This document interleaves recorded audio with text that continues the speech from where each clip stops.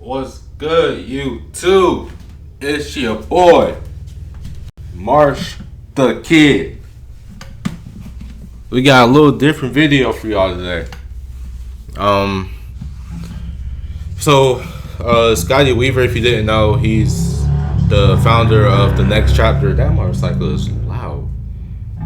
Scotty Weaver is the owner of Next Chapter, a great basketball platform.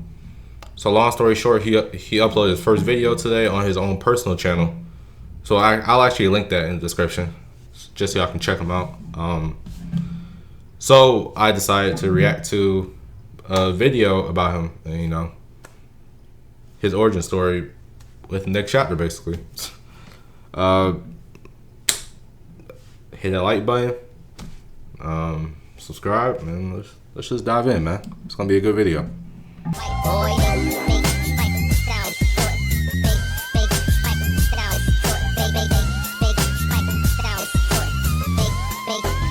It sound right, boy. Everybody, welcome back to the Next Chapter. Welcome back to the Next Chapter. This isn't really a comedic. This isn't a comedic video, by the way. This is just really me just sitting back and just appreciating greatness, bro. Because this dude's a genius. The Next Chapter, a platform designed to put your basketball reputation on the line. See, the stars don't always align for a hooper to be able to continue on the traditional path of professional basketball.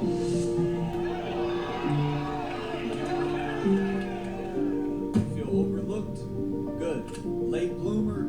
Cool. No coaches, no politics, no excuses. Your destiny is now determined by your performance. One of those hoop dreams that all of us once had.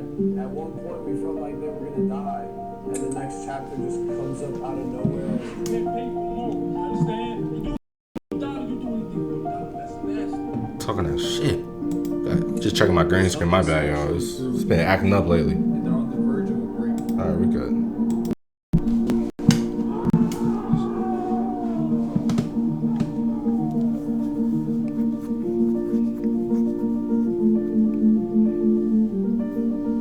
The NBA, we're going to compete with you one day.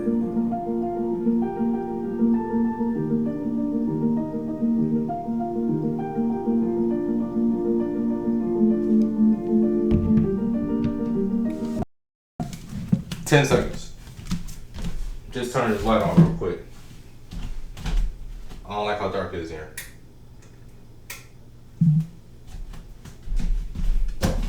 I just didn't like how dark it was. Alright, we good now. As you guys learned from the Balls Life East Coast story, Scotty had a major role in our success as a team. And in part 2 of that story, it details the differences that Balls Life and Scotty could not see eye to eye on, which caused the separation between Scotty and Balls Life. So I'm going to go talk to Scotty to get the best understanding of the thought processes, emotions, and series of events that led to the creation of the Next Chapter. Can we talk about how underwear are the most underrated piece of clothing? We always talk about design. Okay, let's just skip this. Underwear. Did I just mess up the volume? Way to go. So Yeah, I appreciate you, getting that all, but hey. It all came so fast that I wasn't really able to think about what I wanted to do next. Luckily, I was pretty smart, saving up some of my money. I wasn't living outside of my means, so when the situation came up that I was fired, I had a little bit to sit on, and I also just understood to be very transparent and blunt as possible. I knew I could take a product like that somewhere else on my own. I knew that because I was operating and doing everything by myself anyways, as far as the background work. So I just knew I was confident about where I would go. That's crazy though. And still work out. You work for such a big organization like that, and you're doing everything behind this, bro. I'm sorry, this camera is really messing me up. I'm gonna just watch this video. I'll fix this green screen after I'm done. Try to give them some insight.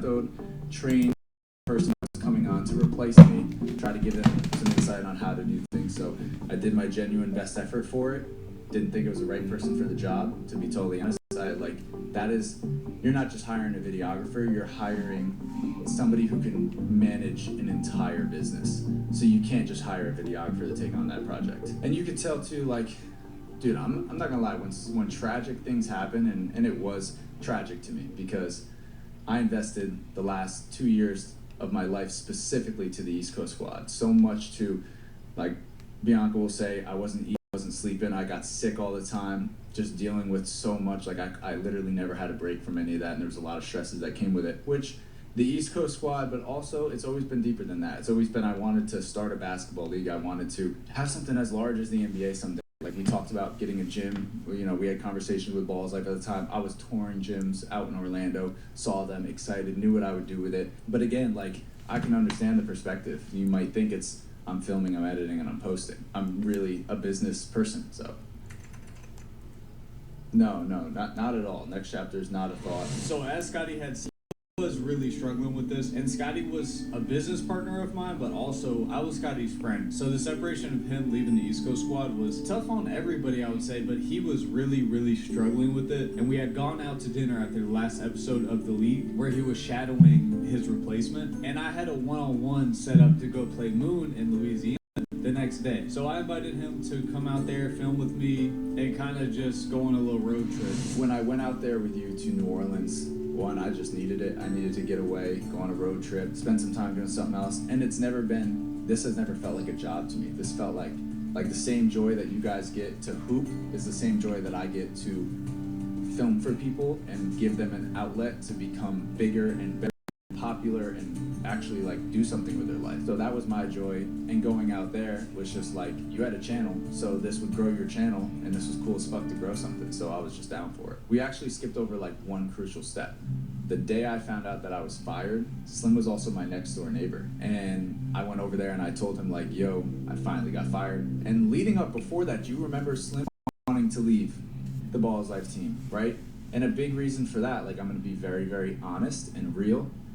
There was a point where Slim went on and did some YouTube videos, and he pulled up with a different team. It was like Clamp God, he had Vern, he had some other guys and whatnot. I think they like went to North Carolina. And he posted the YouTube videos, and they did very well.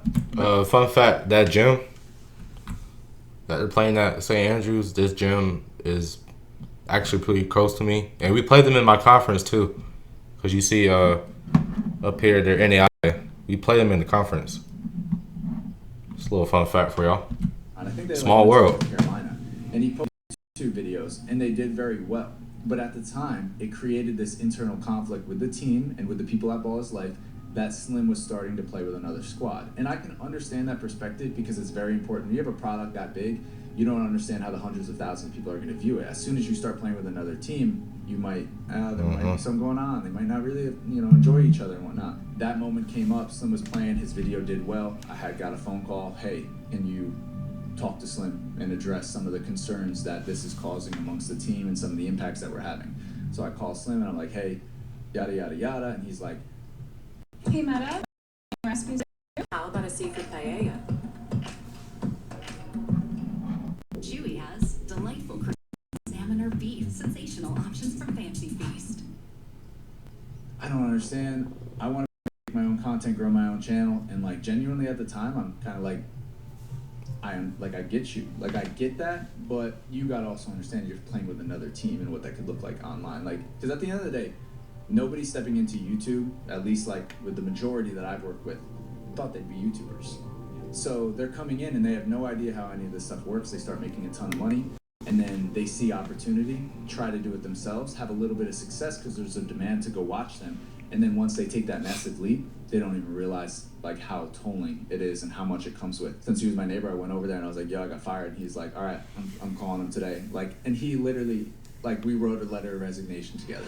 So right after Scotty and Slim departed from the East Coast squad, Scotty needed a source of income, a job to hold him over until he did his next venture. And being that this happened so abruptly, he didn't really have anything else lined up. So he began to work with myself and Slim on our individual channels. Whichever one, like in reality, whichever one was gonna help support me a little bit more and have some consistency. The truth of it was, you had a commitment somewhere else. Slim didn't have a commitment somewhere else. So I was able to, hey, go a little bit harder with Slim's channel. So we start doing Slim's channel. We build a new team, we build the Wild Hunt, it's getting massively popular, and I'm basically doing everything that I was doing with the East Coast squad, but with a new team, but we were starting from the bottom. It didn't start funded. We had to make all the money ourselves and get going from there, so it had a little bit slower of a start, but there was still a lot of hype. Once they saw the first video that we posted on that channel and they realized that all of those original aesthetic vibes of what the East Coast squad was now exists on Slim's channel, but people really didn't understand that I also left him out with Slim. So Slim's channel starts getting very, very popular. We brought Moon over because I loved Moon. I loved Moon the day that we met Moon at like one of the most genuine, like his vibes, like I'm not gonna say I like to see him lose, but there's so much like honor in the way that he carries himself after a loss that like I just like fuck with it. He just has so much humility. I agree. So much humility. I agree. So we start doing the Wild Hunt, and Moon's a phenomenal one-on-one player, and we started introducing into the YouTube videos a park takeover in the beginning and a one-on-one at the end. We started to notice that people started to comment, I can't wait to see Moon's one-on-one at the end. So once they started to comment that, I wanted to also make sure that Moon was getting paid. Like, we were covering his flight to get out there and all this stuff, and Moon was eager to grow, and thank goodness that he was, because that is the most key element in this entire process, is do not come onto this scene unless you're willing to be patient. Like, I understand that this organization exists. Next Chapter's as big as it is now. Balls Life's as big as it is. Off the Dribble, Street Stars, June's League, all these guys are getting bigger. If you don't come into this with patience and you expect to just be paid like crazy right out the bat, you have to do it for like the love of what it is and understand that it's a long-term thing. And luckily Moon understood that. So we're doing the Wild Hunt. It's Ivy Court, Slim, Moon, Cinco, John L, and Deuce.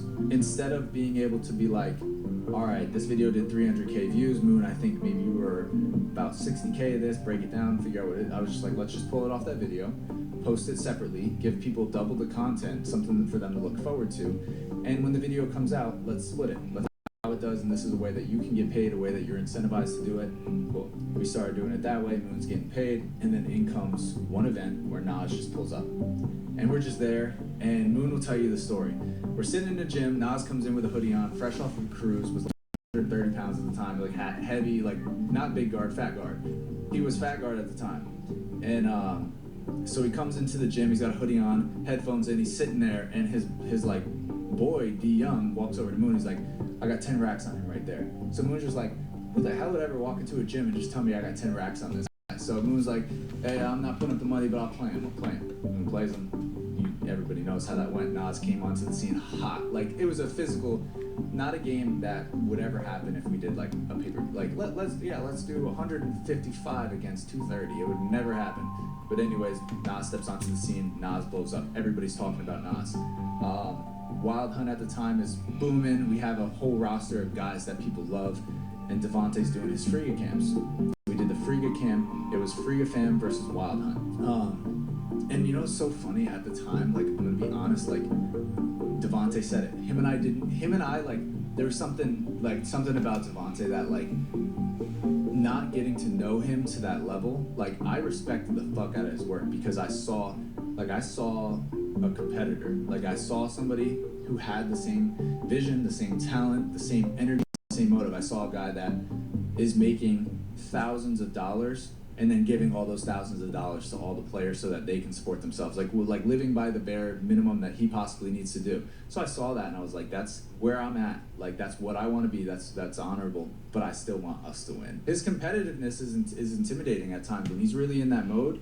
Like, he's very, yeah, but that's like one of the best qualities. He's able to flip a switch from professional to competitor to support system to anybody that needs it. But anyways, so we play that game. The whole series was awesome. So now people want to see Nas play one-on-ones. And we're not going to just backload Slim's videos with a park takeover, Moon one-on-one, Nas one-on-one.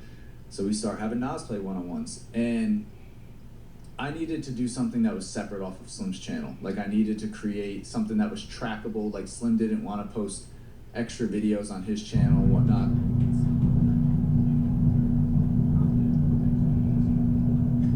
Yeah. I mean, I talked to Slim of times about it, because it wasn't a conflict. It was just a reality of what the situation was.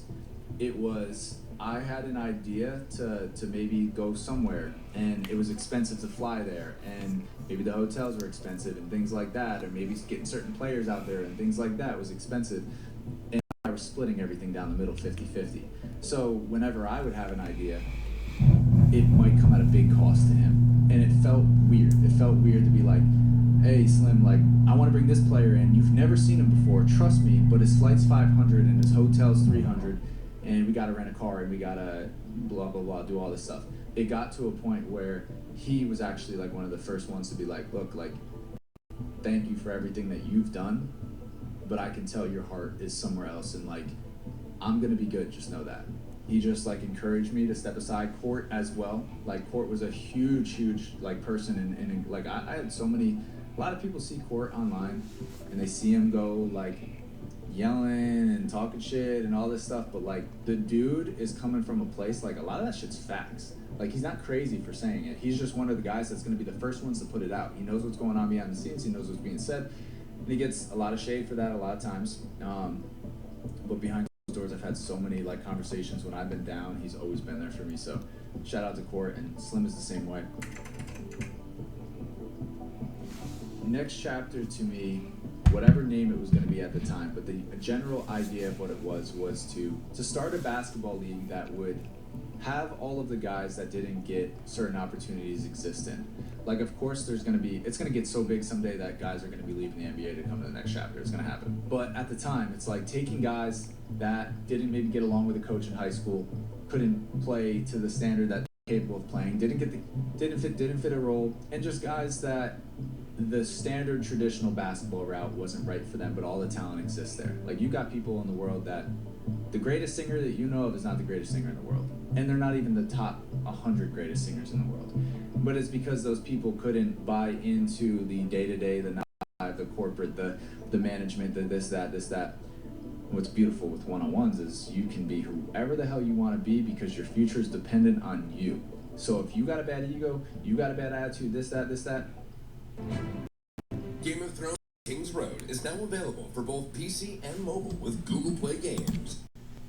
Show it on camera, nobody will want to watch you anymore, and it's all your fault, and you can at least document that and be like, look what I did, and I lost my opportunity. So with one-on-ones, it was so much more sustainable. We had seen like Nas was coming up, Moon was coming up, and they were playing against people that, like, we went to an LA Fitness one time and Moon played this kid Anthony, white kid down there. You remember that video? Played this kid Anthony, and the game was like 16 to like 14. Moon won by like 1 or 2 or something like that. And everybody's like, bring Anthony back, and like, no disrespect to Anthony, but like, he wasn't on the level of some of the other guys that I saw. So once I saw that there was a demand to bring Anthony back, I was like, there's going to be a demand to see a lot of people playing in this space, and they want to see Moon play games, they want to see Nas play games, they want to find more people like that. So once that started to resonate, I was like, yeah, I could invite Anthony out and film a video with him, and that video could make some money on YouTube, and I could pay him to start doing this. So the idea started to inspire, like, largely because of what was happening with Moon and Nas at the time. Slim and Cortland were invited to go play in Las Vegas, Nevada at a Ball Dog celebrity event, and this video was supposed to go on Slim's channel. However, there was copyrighted music playing in the background for the entirety of the game. And with YouTube's monetization rules, you cannot play that music in your YouTube video unless you have a license agreement for that music. Therefore, Slim gave this video to Scotty for him to post on the next chapter. The video ended up doing over 300,000 views. This video alone allowed Scotty to meet the monetization requirements for YouTube, over 1,000 subscribers and 4,000 watch hours. That's the crazy. significance of this moment was now Scotty was able to pay players percentages of the videos and a reason to continue to play on this platform. With Scotty's knowledge of social media, editing, videography, mixed with the talent and personality of the players, he was able to officially begin his next chapter. And this story is far from over and will be written for a long time to come, which is why I did the origin story of the next chapter.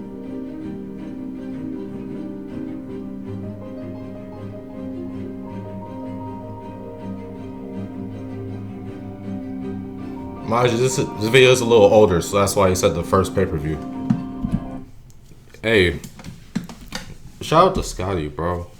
Like, for real, shout out to Scotty, bro. Like, I doubt you watching this, but if you do happen to see this, bro, I would love to just pick your brain. Like, not even trying to be funny or sus or anything, but, you know, take you out to lunch, like, or dinner, pick your brain. Just try to learn from you and connect with you and some of the other guys, bro. Because, you know, with me trying to come up, man, it would just be an honor, really, to just, even if I learn one thing from you, I mean, it's a blessing, bro. But Man, make sure y'all like the video. You know, it's free, takes 2 seconds, helps me in the algorithm, motivates me to bring y'all better content. Make sure you subscribe. You know, the goal is to be monetized by the end of the summer. And we out.